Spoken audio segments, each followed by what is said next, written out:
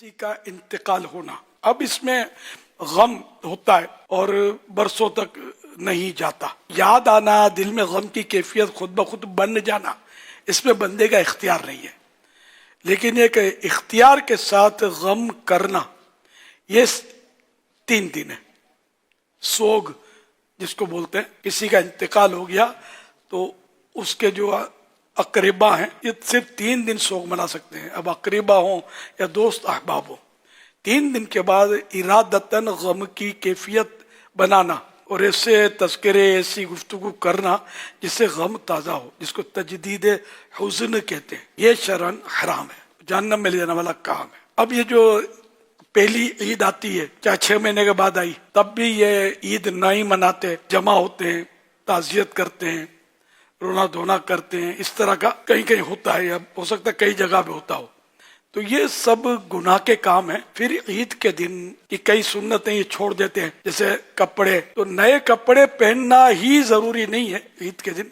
सुन्नत मुस्तहब ये है कि उम्दा कपड़े पहने जाएं, चाहे दुल्हे हुए हों, देखो हो उम्दा।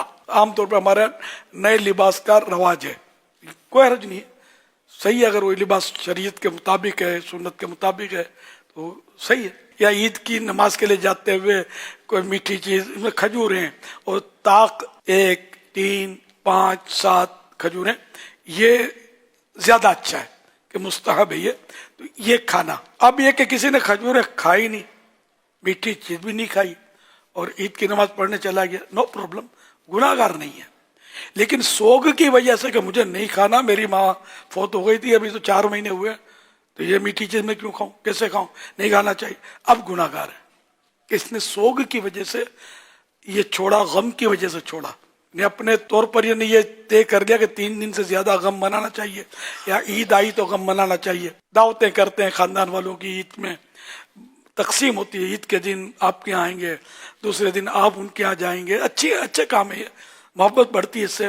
तो ये सब इन दिनों बंद कर देते होंगे ये, तो इसको भी जारी रखने में कोई हर्ज नहीं है कि वो सोग के 3 दिन थे, सोग की वजह से ये काम बंद ना